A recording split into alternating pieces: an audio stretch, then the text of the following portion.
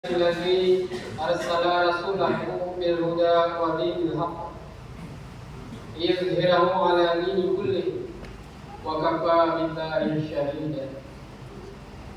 أشهد أن لا إله إلا الله وحده لا شريك له وأشهد أن محمدا عبده ورسوله.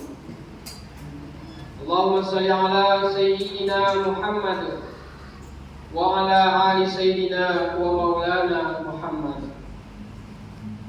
وقال الله تعالى في كتابه المبين: بسم الله الرحمن الرحيم. فلا تزكوا أنفسكم وهو أعلم بمن اتقى. وقال النبي صلى الله عليه وسلم: لا يدخل الجنة من كان في قلبه مثقال ذرة من كبر. أما بعد، فيا أيها الناس اتقوا الله حق تقاته ولا تموتن إلا وأنتم مسلمون.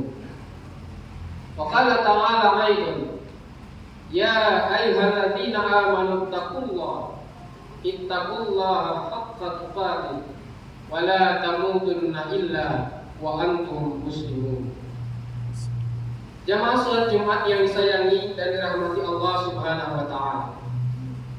Allah Subhanahu wa taala memberikan peringatan kepada kita semua agar kita tidak merasa diri paling benar, merasa diri paling suci, merasa diri kita paling bagus, dan merasa diri kita paling segala-galanya. Allah Subhanahu wa taala melarang sifat ini, sebagaimana yang difirmankannya di dalam Al-Qur'an surah An-Najm ayat 32. Bismillahirrahmanirrahim. Fala tuzakku anfusakum wa huwa a'lamu biman ittaqa. Janganlah kalian merasa suci. Sesungguhnya Allah Subhanahu wa taala adalah zat yang maha mengetahui siapa yang bertakwa kepadanya. Ayat ini turun pada saat orang-orang Yahudi meyakini bahwa anak-anaknya yang meninggal dunia akan masuk surga. Kemudian berita ini sampai ke telinganya Rasulullah SAW, sehingga turunlah ayat ini.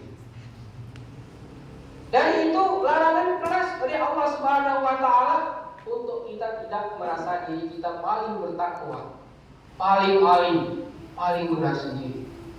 Kenapa? Karena kalau kita sudah merasa diri kita paling benar, maka akan timbul keangkuhan, akan muncul kesombongan. Nah, itu Allah Subhanahu wa taala melarang sifat sombong dan angkuh. Pada suatu saat Abu Yazid Al-Bustami tahun 188 Hijriah. Suatu malam dia berjalan dan dia bertemu dengan seekor binatang. Abu Yazid Al-Bustami angkat gamisnya yang panjang. Dengan izin Allah Subhanahu wa taala, binatang itu bisa berbicara. Wahai Abu Yazid, kalau engkau angkat gamismu lantaran karena aku ini najis dan takut karena kena najisku, maka cukup engkau basuh dengan 7 kali basuhan, salah satunya memakai dengan tanah, maka najis itu sudah menjadi suci. Tetapi apabila engkau angkat gamismu karena ada keangkuhan dan kesombongan di dalam hatimu, engkau merasa lebih mulia dibandingkan dengan aku, maka najis yang ada di dalam hatimu itu tidak akan pernah suci, dibasuh dan dicuci oleh 7 samudera. Jamaah salat Jumat yang disayangi Allah Subhanahu wa taala. Iblis alaihi laknatullah, yang dulunya 20.000 tahun cahaya sujud kepada Allah Subhanahu wa taala. 20.000 tahun cahaya mencari penasihat para malaikat, jatuh ke dalam kesesatan dan kekufuran lantaran karena kesombongan dan keangkuhannya.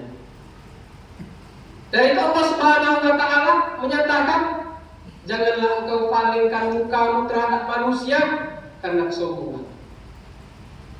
Wala tamshi fil ardi maraha. Dan janganlah kita berjalan di atas permukaan bumi ini dengan angkuh. Innallaha la yuhibbu kulla mukhtalin fakhur. Sesungguhnya Allah Subhanahu wa taala tidak menyukai bagi orang yang sombong dan lagi membanggakan dirinya.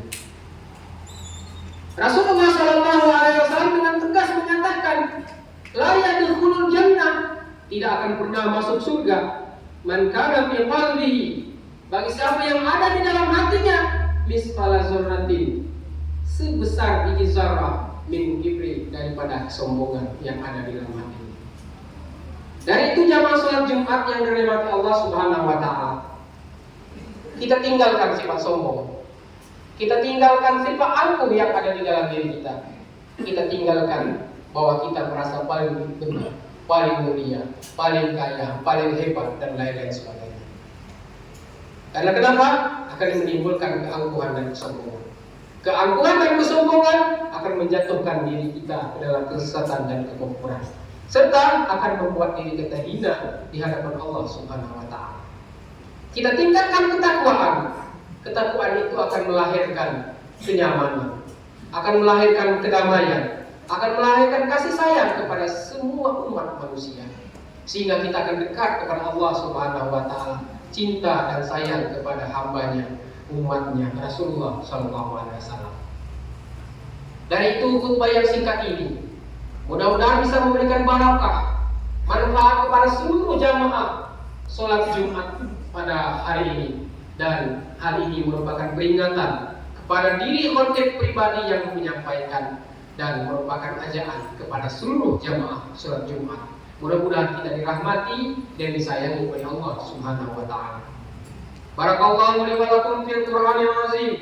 Wa nafa'ani wa iyyakum bima fihi minal ayati wa dzikril hakim. Wa taqabbala minni minkum tilawatahu innahu huwas samiul alim. Wa qur rabbighfir warham wa anta khairur rahimin.